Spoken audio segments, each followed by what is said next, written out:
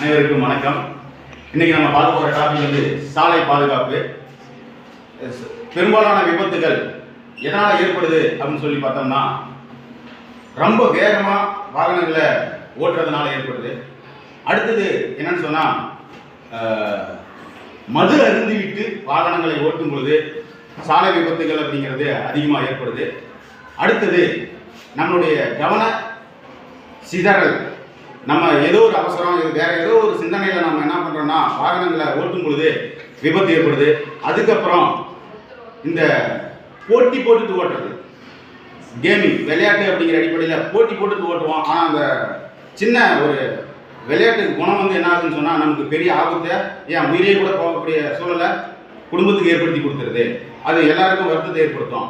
அடுத்தது அதன் பிறகு நம்ம ரூல்ஸை மதிக்காமல், அதாவது இடது பக்கம் தான் போகணும், இந்த கோட்டை தாண்டி போகக்கூடாது அப்படி இருக்கக்கூடிய சூழல்லாம் அந்த விதிகளை மீறும் பொழுது சாலை விபத்துக்கள் அப்படிங்கிறது ஏற்படுது.